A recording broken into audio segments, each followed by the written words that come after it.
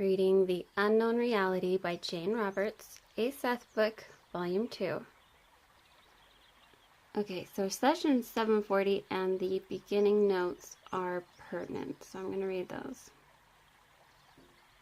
Okay, so Rob starts off by saying that just before the session, Jane began to edge into an altered state of consciousness, other than the one she uses for her, quote, Seth trance, end quote, as she put it. For a few moments she sat quietly with her eyes closed. She felt, quote, the idea mentally of something shaped like a television screen, end quote, off to her right. By now I was writing down what I could. Quote, and now it's coming closer. I don't know what it is, or what it has to do with the session, if anything, end quote. She paused, then resumed in the past tense, saying, quote, it came up fairly close to me. I walked through it and down a long chute. There were coils in there. They did things with me, healing things, then dropped me back in my chair. I had the feeling that Seth was in this chute or tunnel in miniature, and that he looked like he does in your portrait of him, only in full length, end quote. And then back to the present tense. She states, oh, he comes forward, then retreats, oscillating real fast. But in some way the Seth thing in this is in the background.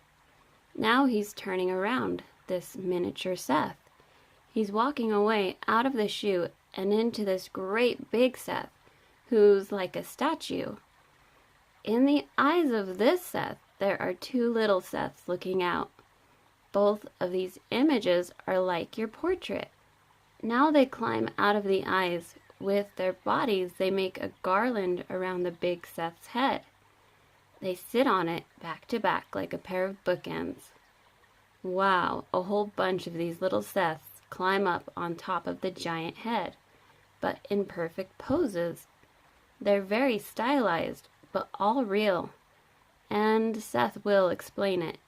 The little images face in all directions around the head of the big Seth. I know it's not right, not a good analogy, but they're like gargoyles on a steeple.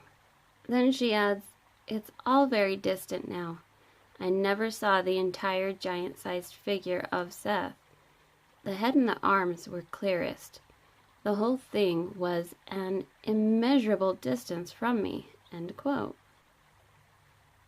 Okay, so Seth states, Rupert saw the images in a particular fashion so that he could understand certain information about the nature of the psyche. The giant image of myself, never clearly glimpsed by Rupert, represents my own greater reality.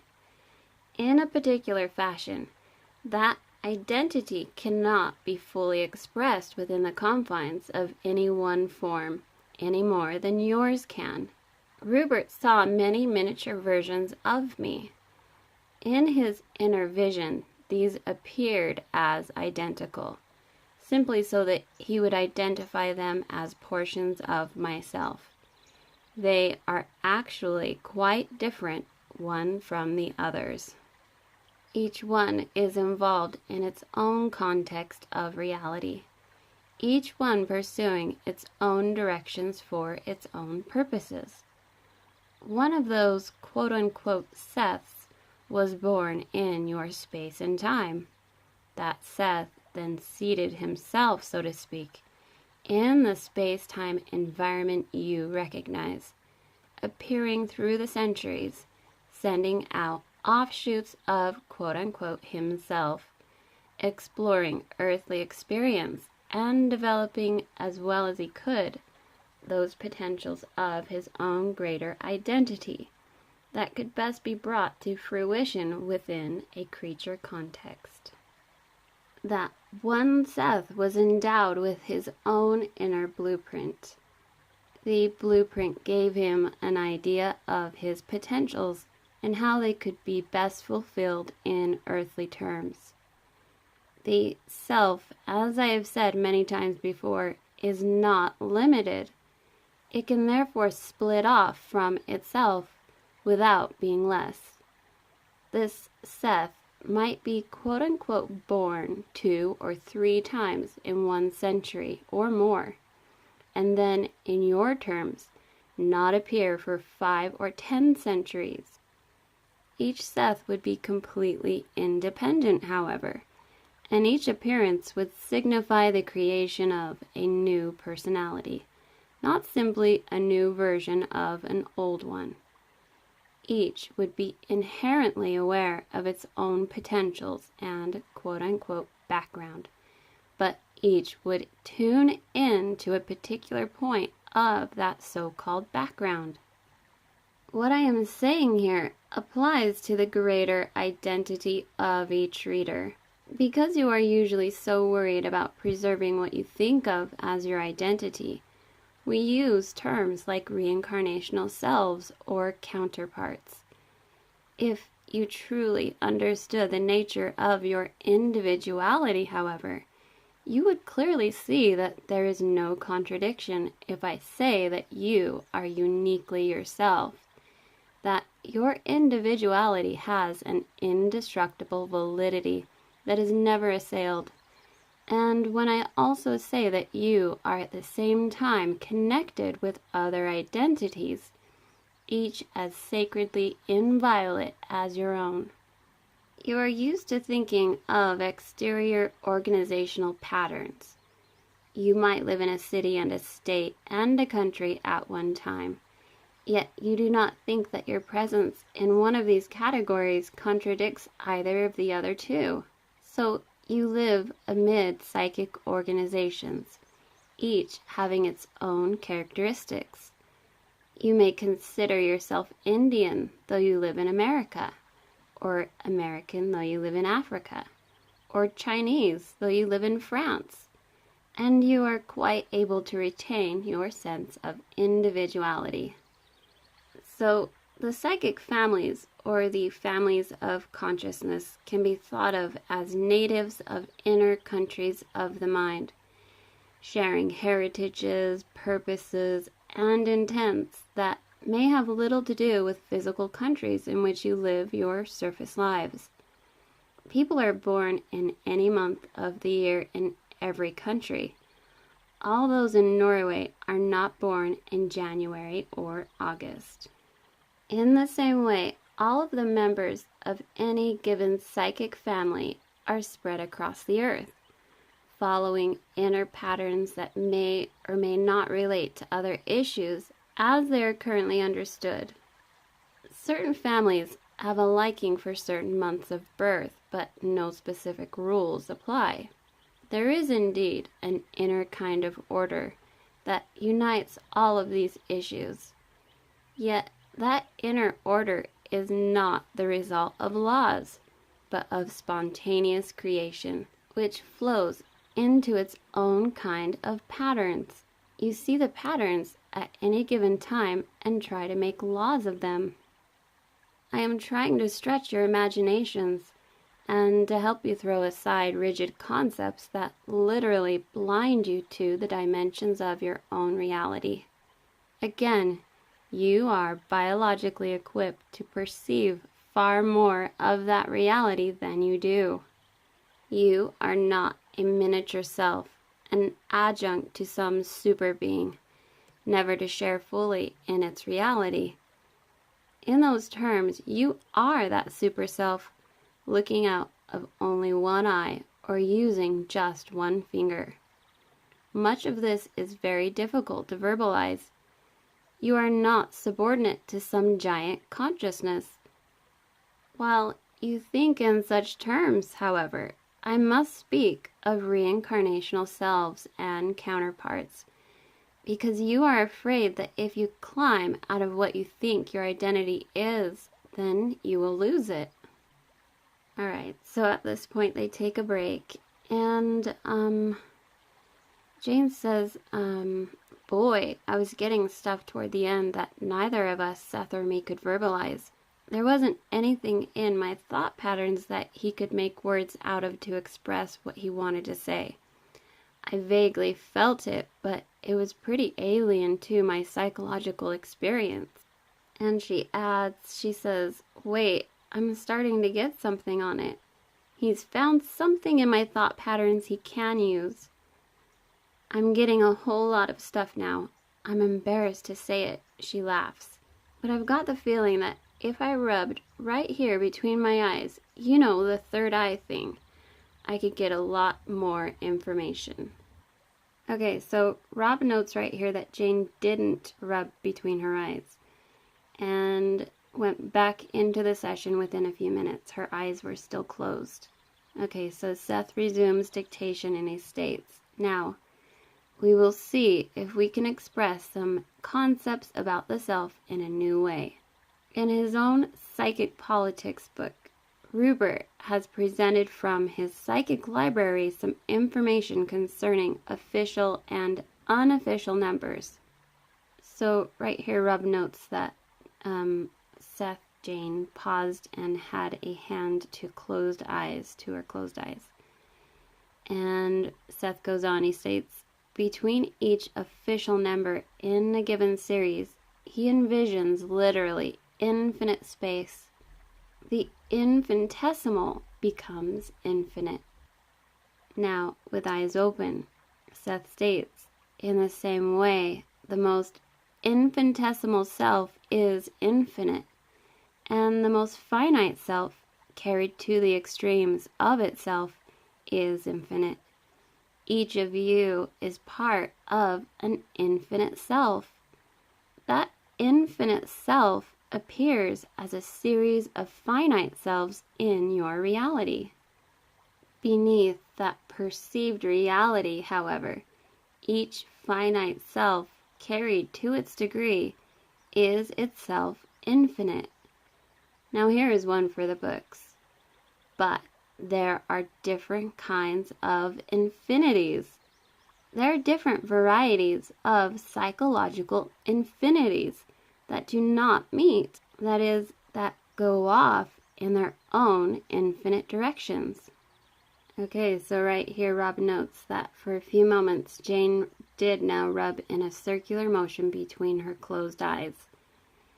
And Seth goes on and he states, as long as you believe that as individuals you belong in any given series, you appear to yourselves as finite.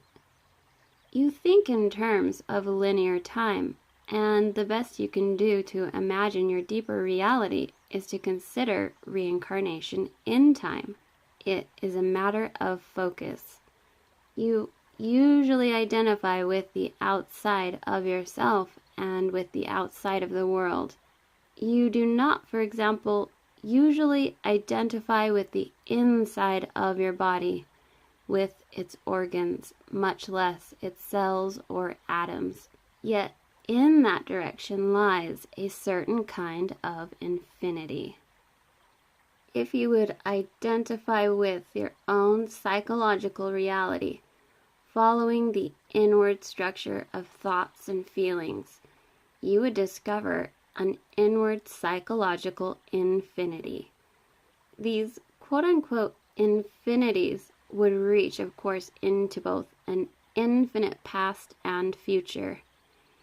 Yet true infinity reaches far beyond past or future and into all probabilities, not simply straightforward into time or backward. There is an infinity in each moment you recognize, as numerically there is an quote-unquote infinity behind or within any prime number that you recognize. There are infinite versions of yourself, but no one negates the others, and each is connected with the others and aids and supports them. There are other quite legitimate numerical systems that you do not follow.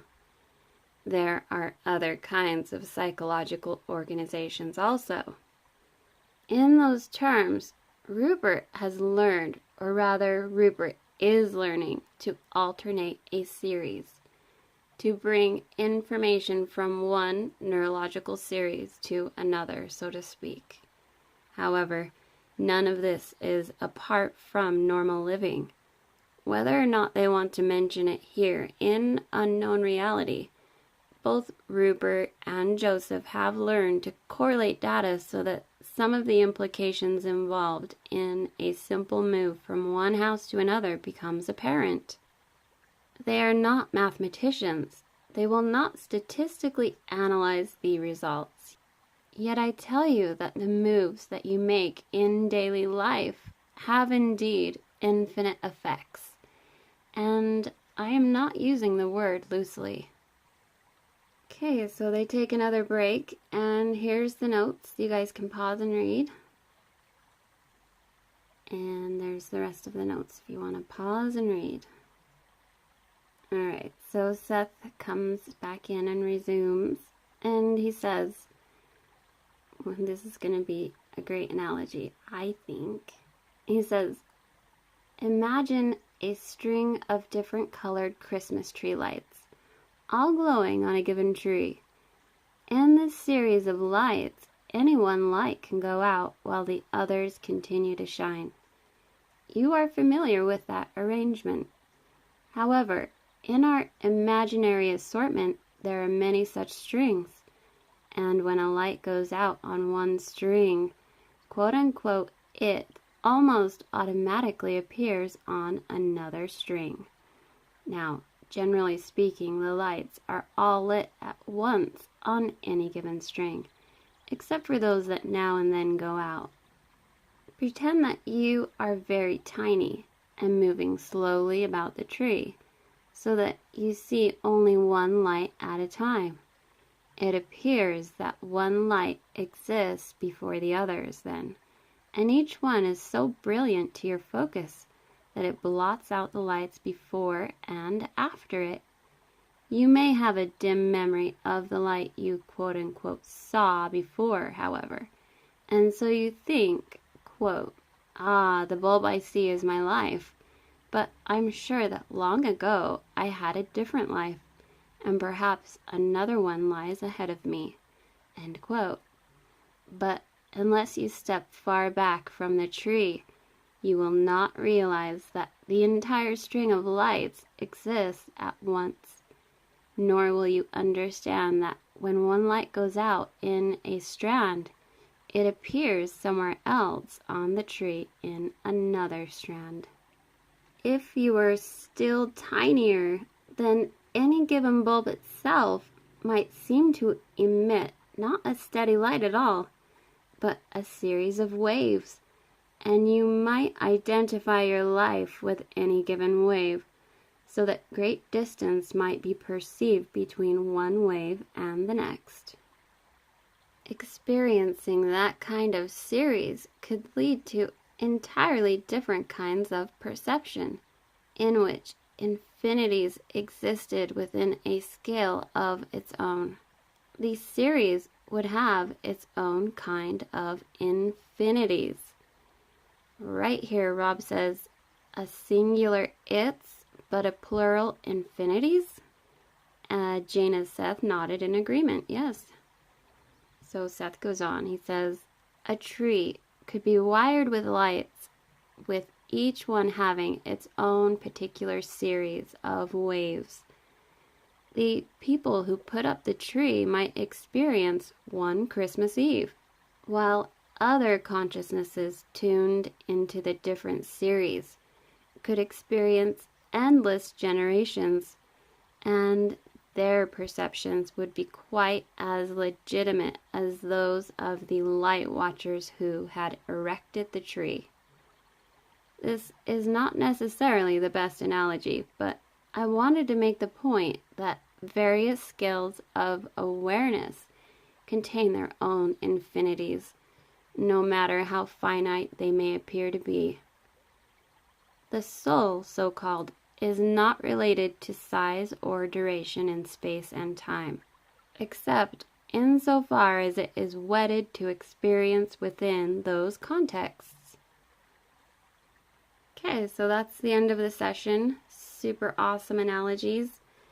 And I always love it when Jane has cool altered states.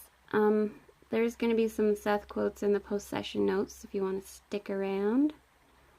Skipping note 1 and 2 here. In note 3, Rob says that Seth discussed his, quote, blueprints for reality, end quote, a number of times in volume 1 of Unknown Reality. He says, see the 696th session, for instance, where Seth stated, quote, each probability system has its own set of quote-unquote blueprints, clearly defining its freedoms and boundaries. These are not, quote, inner images of perfection, end quote, and to some extent the blueprints themselves change. As an individual, you carry within you such a blueprint then. It contains all the information you require to bring about the most favorable version of yourself in the probability system you know. In the same fashion, the species in mass holds within its vast inner mind such working plans or blueprints. End quote. And skipping note 4. Okay, so note number 5, I'm not going to read, but because these sessions, 685, 686, they've already been referenced in like video 6 it says, and video 15 that I made. But if you want to read that and go back to those videos from this playlist, then you can do that. And then let me just say for number 6, session note number 6, see Appendix 4 and 5 from Volume 1 when it's ready, and it will contain Jane's own material on other than usual neurological pulses or speeds. And Seth examined our neurological pulses and habits in session 686 as well, so again referenced in video 15 for that in this playlist. And 7, I'm also basically skipping. Let me just say that Rob is saying that in all of the sessions, Jane has mentioned the third, or quote-unquote back eye, the third eye of occult lore, only once before, in session 612. And she'd been somewhat embarrassed then, too, because she was totally embarrassed about it. See the opening excerpts from the 612th session in Appendix 19 with Note 5. So, I'll put that link when Appendix 19 has been recorded. And skipping Note 8, kind of, let me just read a little bit of it. So, Note number 8, if you guys want to read the first paragraph, you can. I'm just going to this part right here, where Rob says that for chapter 19 of Jane's Psychic Politics book, Jane transcribed from her library. She has this psychic library that she's able to tune into at times. Transcribed from her library in part this, and it says, quote, so this is Jane. If you imagine the official numbers 1 to 10 in a row, then there would be an infinite number of unofficial ones hidden in the one you saw, the number 1 that you saw. There's an infinite number of spaces between the official number 1 and number 2. The position of the number 1 on the paper would represent our sense data world, while the invisible number 1s behind the official number 1 would represent the official number 1's hidden values and infinite probabilities. And also she adds, it's significant that we apply numbers to time, but as there are unrecognized spaces between numbers, there are unrecognized spaces psychologically invisible between or within moments. And some of the events of our bodies are, quote, too small, end quote, for us to follow. focused as we are in our prime series. These body events actually are, quote, infinitesimal but infinite, end quote, following their own patterns that merge with ours. So complete, end quote, by Jane from her book. And the rest, you guys can pause and read if you'd like. And note number 9, when I read Appendix 12, we'll have more on the moment point. And skipping 10 and 11. If you guys want to pause 11 if you're interested on the series of events that happened to Rob and Jane. It's kind of like lining out a recent one with their neighbor, because they moved into the Hill House, as most of you should know. So there's that information. You can read that. Basically saying there's no coincidences. And there's more where that one goes. Pause and read. And pause and read for the rest of that if you're interested. And there's going to be just a little bit more down here that I'm going to read. For note number 12, these sessions 681 and 684 have already been referenced. Again, they've been referenced. Video 5, video 6 in this playlist. If you guys have not gone to that reference through Tim Harthart's channel, gosh, you better do it, because it's really interesting. You gotta hear it. Where Seth discusses the on-off fluctuations of the physical universe and everything within it. He also speaks on moment points, probabilities, Jane's sensations of massiveness, the basic unpredictable motion of any wave or atom, and much more. And then also, if you want more information on CUs, or units of consciousness, again, referenced in video 5 and 6, 682 to 683 sessions. And also, when Appendix 18 is ready, then you would go to that, where Seth likened his own identity to that of a wave formation.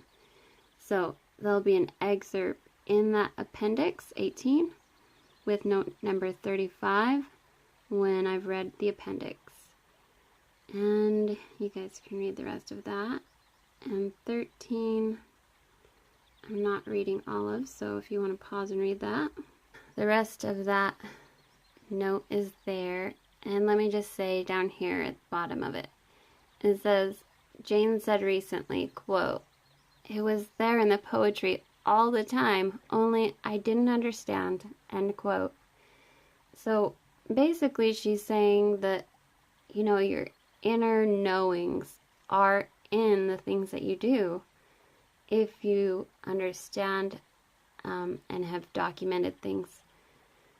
I've noticed these types of things happening with myself. Strange little non-coincidences. And here's something that she wrote. A poem, More Than Men, and this is the whole poem here. Rob said that it was apropos, I guess is how you say that, apropos, to insert it right here. So this poem she literally wrote 9 years before the Seth material's inception. So this is what it says, More than men. More than men have walked these shores in twilight. More gods than ours have risen altars fair. The earth is filled with songs not of our singing. There are worlds about us in which we have no share.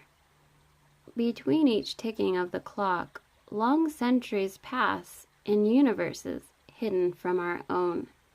And our time's eons are far less than breath or the flight of a leaf by the wind blown.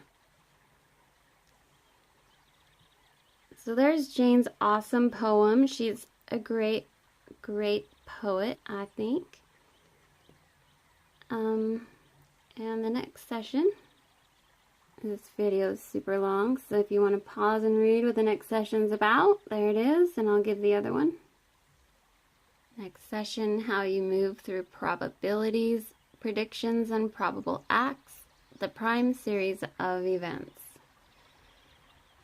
So definitely check back, you guys, for the next video.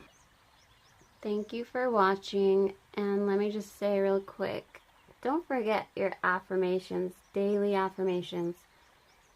I'm thinking about doing an affirmations video that I have Seth inspired, of course, and just record it so that other people can get ideas or just listen to it daily or however often you want to. But to help remind you guys that daily affirmations are critical.